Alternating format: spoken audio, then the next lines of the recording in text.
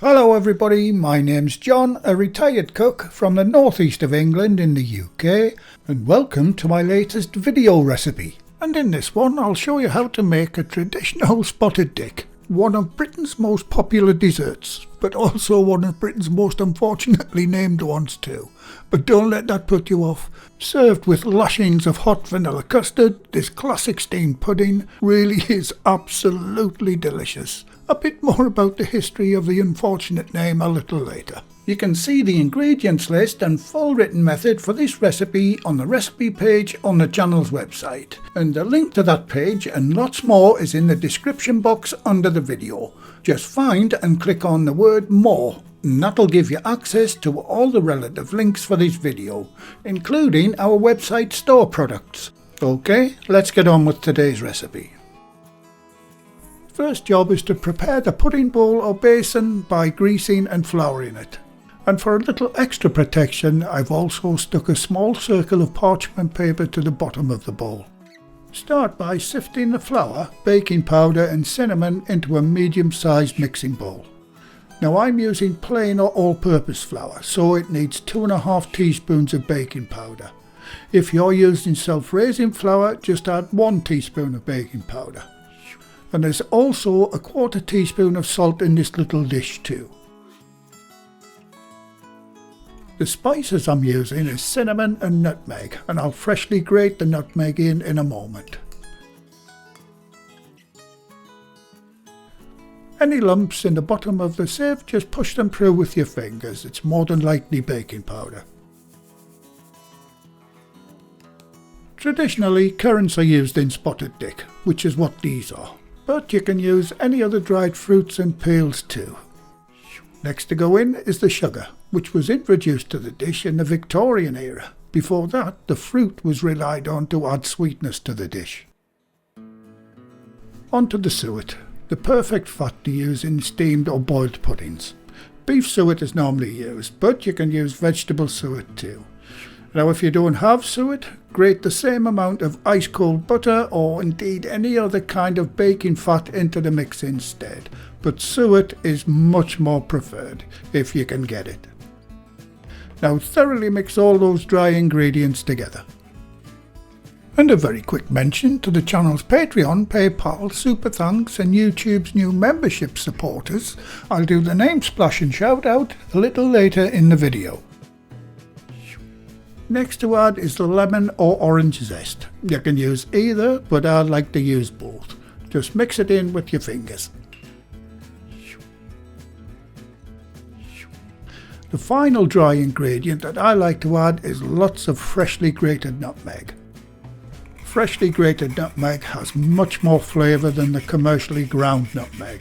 These handy little graters are available on the website if you're interested. I'll even throw in a free nutmeg to get you started. Give that a quick mix in. Now we can add the wet ingredients, starting with the milk. And like the caption says, you can use full or half fat, aka whole or semi-skimmed milk. The final ingredient that I like to add certainly wasn't in the original recipe, and that's a teaspoon of vanilla extract. Right, using my trusty wooden spoon handle, I'll bring it all together, and then I'll switch to my bowl scraper to finish it off. Right, here's a little history behind the name Spotted Dick. Yes, the name always gets a giggle. Spotted simply refers to the dried fruit dotted throughout the pudding. As for the dick part, that's less certain. Food historians believe it likely comes from the Old British dialect, where it meant pudding or doughy dish. So, while it sounds rude to our modern ears, the name Spotted Dick is actually very literal and wonderfully old-fashioned. And if you find your dough is a little on the sticky side, you can dust it with a little flour. Okay, back to the recipe. Once your dough is thoroughly mixed, you can now transfer it to the greased and floured pudding bowl or basin.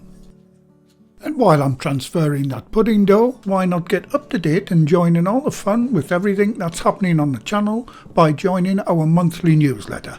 There'll be a link in the description if you want to check it out. Gently press it down with your fingers or a spatula. And by the way, the volume of this bowl is a 1 litre or 2 pint capacity. Now cut yourself a large circle of parchment paper with a pleat down the middle. This is to allow for expansion.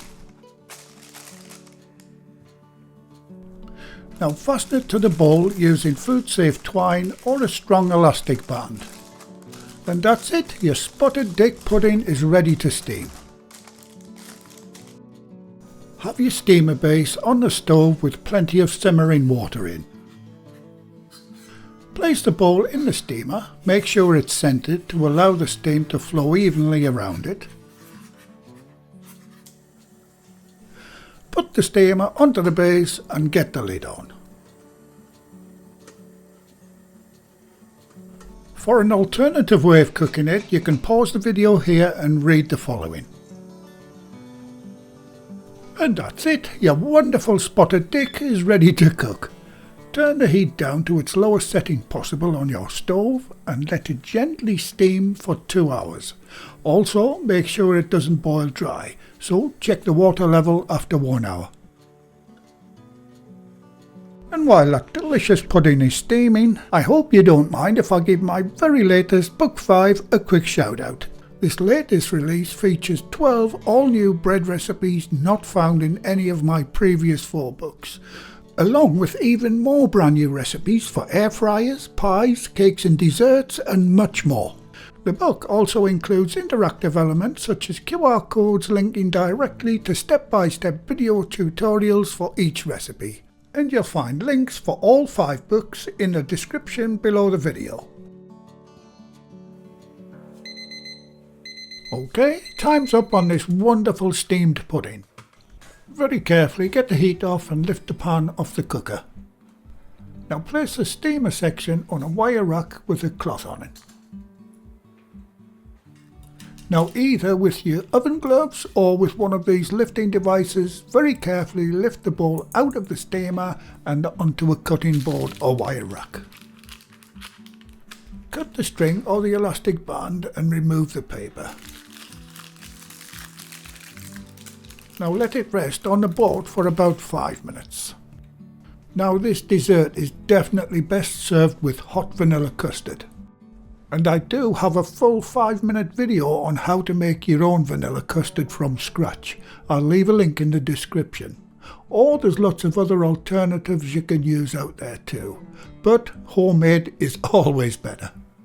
Right, back to my still quite hot spotted dick. 73 years old and I'm still giggling. Turn it out onto the board and it should pop straight out. This is when you get a good blast of that gorgeous aroma. Now peel that little circle of parchment off. Using a sharp knife, cut a slice out and onto a serving plate or dessert bowl. And that looks absolutely fantastic. I think modern flour and baking powder makes this pudding a lot lighter than I remember when I was a kid. Now I'll get plenty of my homemade hot vanilla custard over it. Time for a taste of this good old British dessert. And if there's any other of these old savoury or dessert dishes that you'd like to see me demonstrate, please let me know in the comments. And just as I knew it would be, it's incredibly tasty and delicious. And that, folks, is the good old British spotted dick. It's been around for donkey's years and for good reason too. And it gets a massive thumbs up any day in my book. And as promised earlier in the video, here is the latest name splash and shout out list, including YouTube's brand new loyalty membership supporters. And they are Wendy O'Malley, Josh Balakey 4382, Adam R 9513, Jens K 3250, Record Desk, and finally Kerry Pleash 4509. Thanks very much guys, I really do appreciate all that you do in supporting the channel. Well, thank you again for watching. Please like, share, comment and subscribe by hitting the circle above. If you do subscribe, activate the bell icon next to the subscribe button on my channel page. And by doing that, you'll be automatically notified every time I upload a new video. And in the meantime, here's a few of my other videos and playlists that you may want to watch. So until the next time, be safe in your kitchen and bye for now.